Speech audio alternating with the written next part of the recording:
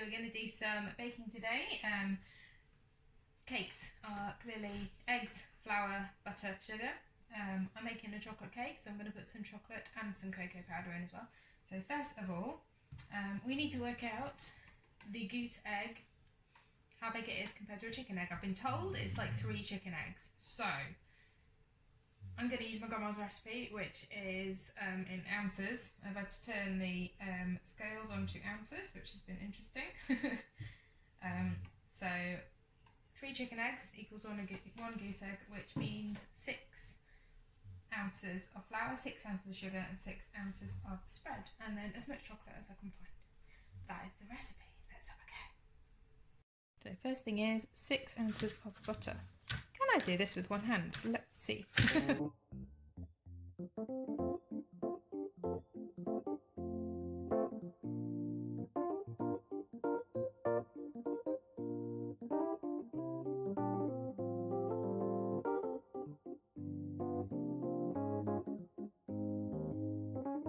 Break the milk chocolate into butter. I've probably got about 120 grams. About 4 ounces, I think, so that should be fine. I'm going to put them in the microwave to melt, because we don't really want massive chunks of chocolate on the cake. That would be a bit weird.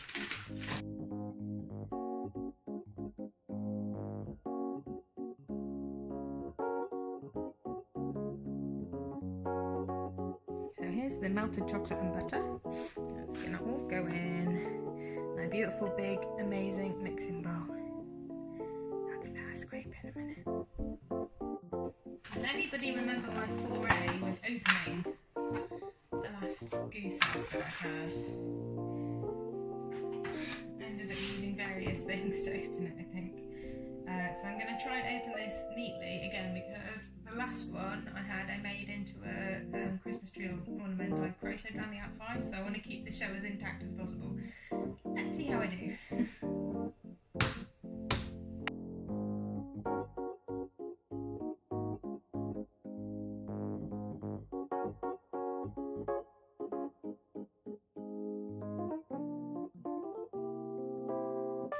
I'll give that a stir.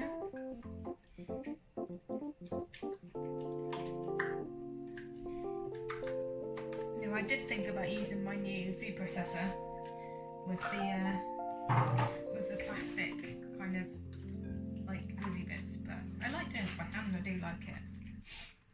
Just realised I should have put the sugar in first, but it doesn't really matter. I'll do the sugar next. So there we go. So there we go. This is what it should look like. Brown snot. Lush. Okay, now we're going to measure out the sugar. Use the bowl that I used before. I'm using caster sugar. Caster sugar is better for cakes. It doesn't really matter, but it's finer. That's the only difference. So it's 6 ounces of sugar. 1, 2, 3, 4, 5. No, 6. Just I can go in there. Give it a stir.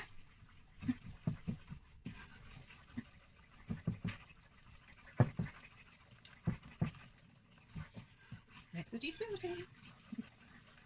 So now I'm going to put in self-raising flour. So same amount, 6 ounces.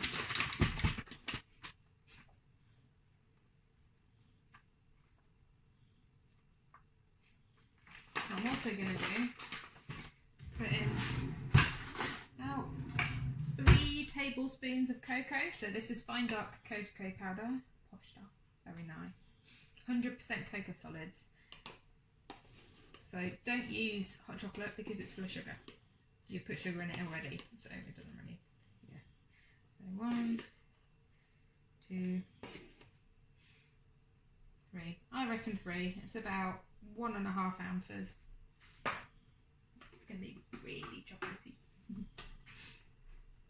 And because it's flour, I'm going to sieve it in. So we get our sieve.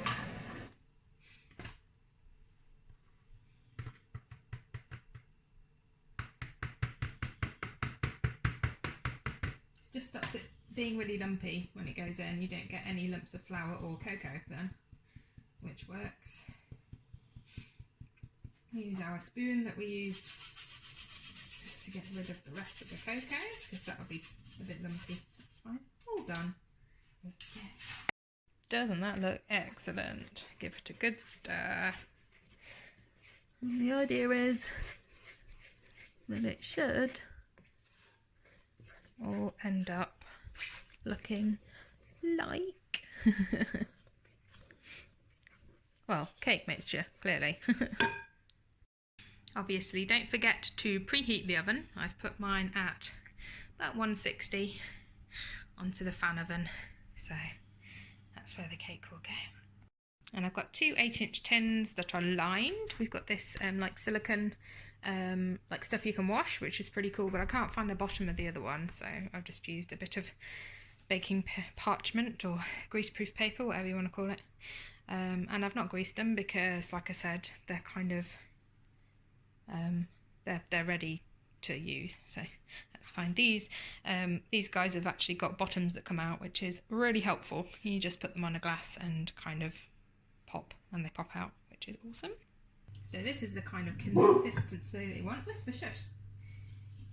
Cake batter consistency. And it looks really dark because of all the cocoa and chocolate that we've put in. So there you go, that kind of thing. I just pop the blind down, otherwise you can't see what I'm doing. So we're going to put half in this tin and half in this tin. This bowl is very heavy, so I've got to be quite careful.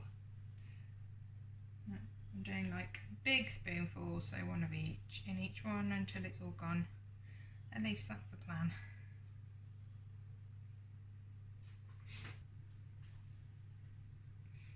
So now I'm just going to really, really gently smooth the cake to the edges, if I can.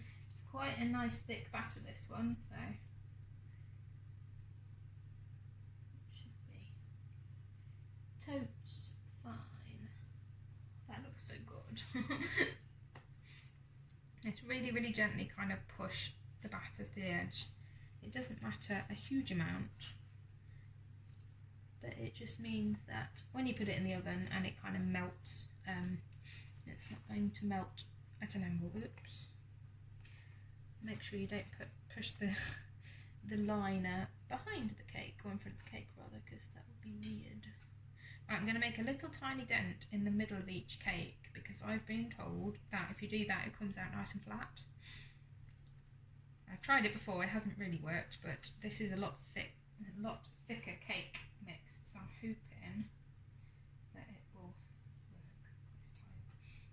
So a little dent in the bottom, in the middle rather, of each. Oh, looks like it's got more in it, never mind. Now, do not eat the cake mixture.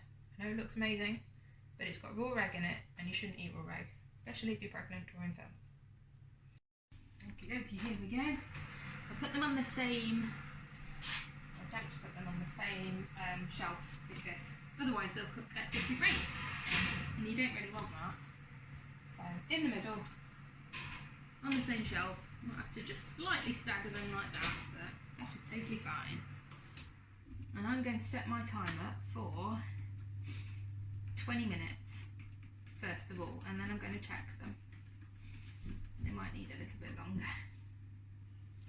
I'm having a little sit on the dog bed whilst I wait for the cakes to cook with the dogs, as you can, I don't know if you can see them. They are here, there's Coops. Say hello, you're a chocolate boy. You're 76% cocoa, aren't you, mate? You are, that's right. And there's Wisp, she's sort of a caramel type type dog. Yeah, with caramel stripes, yep. With a waggedy tail. Is it waggedy, Wisp? Yep. So to recap, the recipe I've used was passed down from grandmother to mother to daughter, etc. So 1 goose egg or 3 chicken eggs, depending on what you've got. Maybe 2 duck eggs if you've got duck eggs. They're lush for a cake. If you want a duck egg, they are very good. We have a lot of duck eggs.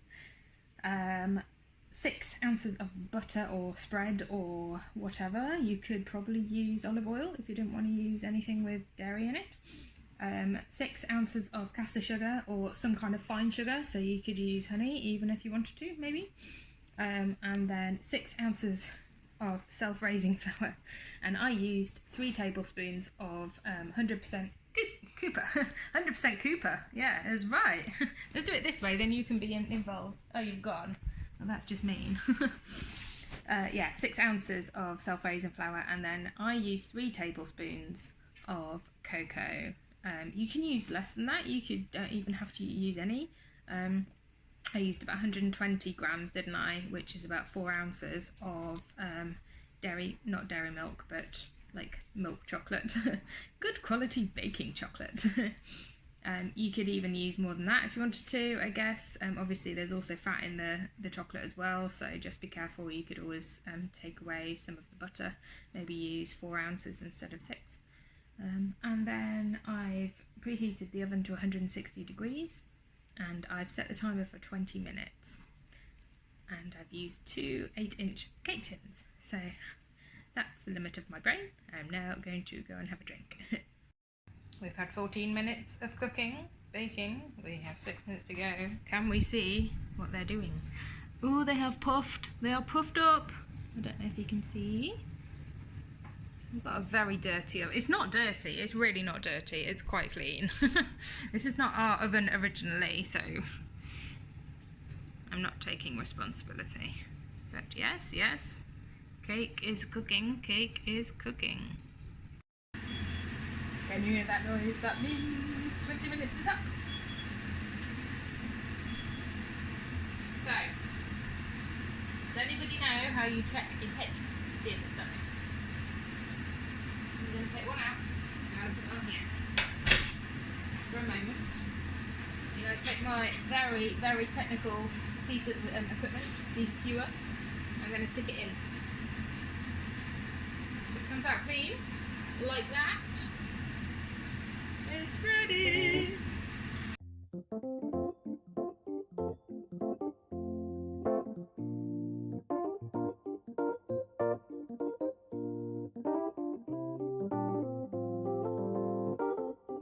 They're looking rather good. Rather good. You can hear the fans are on. So sorry if it's a bit noisy. So basically I'm going to leave them to cool for a little bit, and then I will take them out of the tins and I will put them on the cooling rack. Okay, they have cooled a little bit. I'm going to use a very important technical piece of equipment, the glass, to get these off, because they've got a bottom that comes out.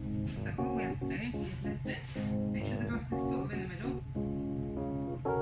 Rest it on there, it should.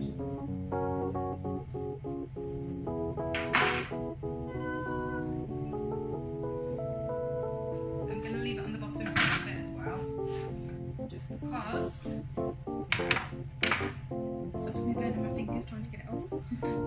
So the second one, right in the middle. Don't even have to push that much. There we go. Beautiful cakes, and they're looking. Okay, this one looks quite level. The other one looks a bit blocky on one side, but fine. Let's take off the outside parchment. This one's got 2 pieces because one piece was not quite long enough. Oh, that looks lovely. There we go. Excellent. They haven't risen loads, but then it wasn't a massive cake mixture. Take this one off too.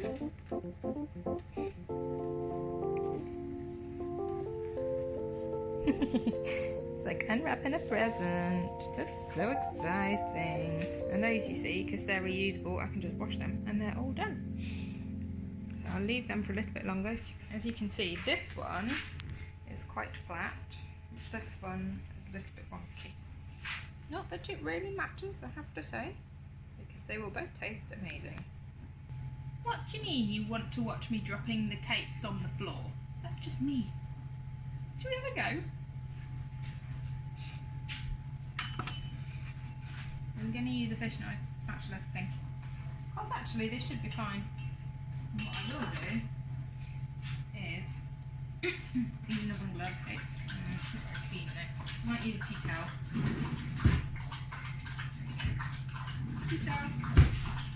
So I'm actually going to cut the cake with my hand. And just like put it on there. So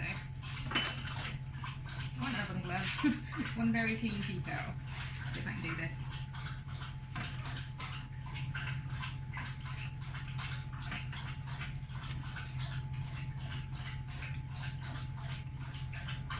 It's not that hot actually. Oh, it is a bit hot. Good.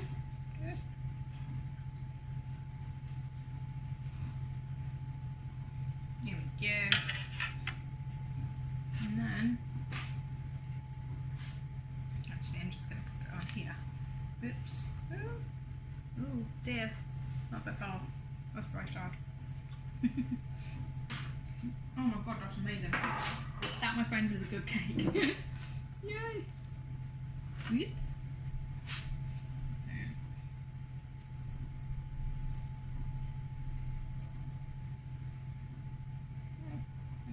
That's just silly.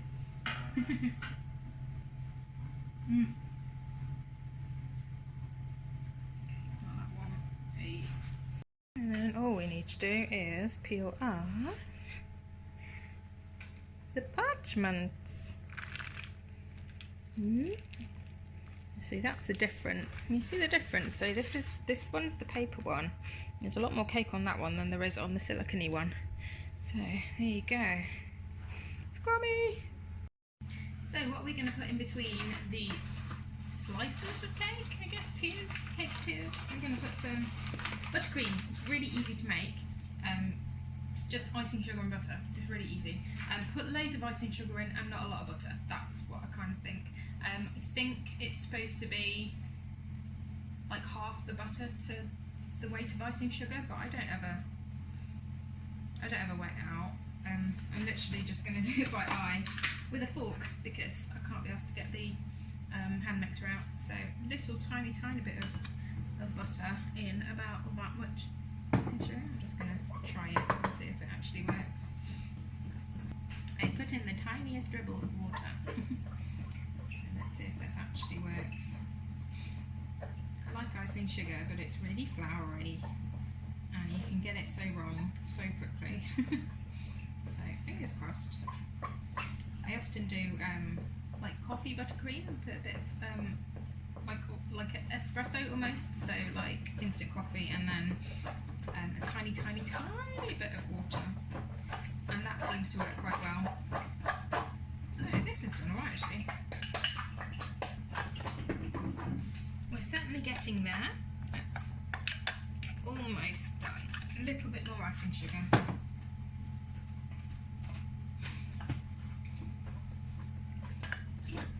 That's what we want. That is what we want. So quite thick. So thick you have to use a fist to hold the fork or whatever you're using. And it's almost white as well. It's just off-white. That kind of thing. So it holds its shape, but it still slides a bit. The cake is far too warm.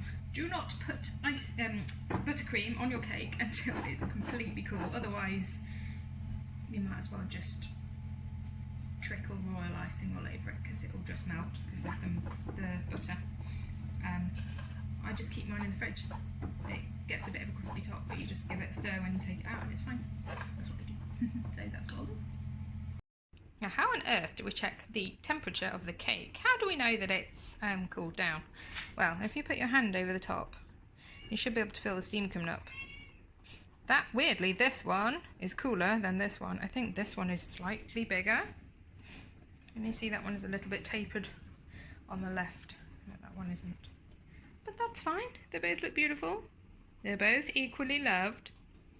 Oh my god, I've just invented a life hack. So, you know these guys? This is a cake stand thing, disc. It is made of paper. However, I don't want to throw something like that away.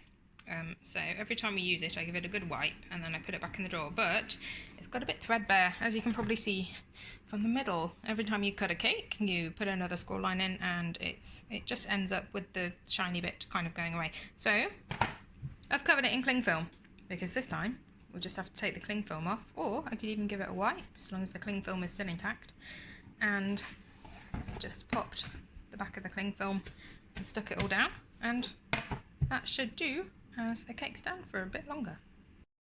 So here we go. I'm going to use the thinner one, slightly thinner one, as the bottom and put it in the middle. I'm going to get the buttercream. I'm going to give that a bit of a stir because it's been in the fridge, so it's nice and cold. What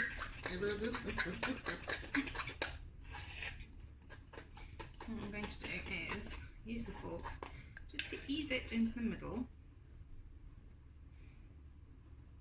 It's such a pretty colour. I'm really happy with that colour. Compared to the dark of the chocolate, that is rather nice. And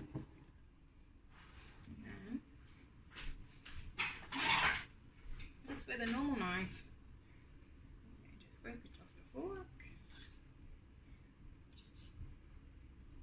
And then all we do is just ease the buttercream.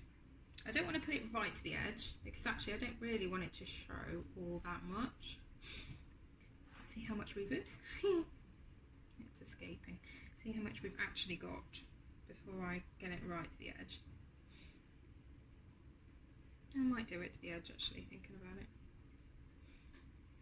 Just, I mean, because it's on the very flat plinth. And me and my wife have a thing about the word plinth. We also have a thing about the word moist. It's a Miranda Hart thing, I think. Is it from Miranda? Probably. So anytime we have something to sit on, we can call it a plinth, and it's funny. And that is the way the world works in the Matthews household. Yeah. Ooh, it's like plastering something butch. Not a cake. Plastering a cake, I suppose it could be.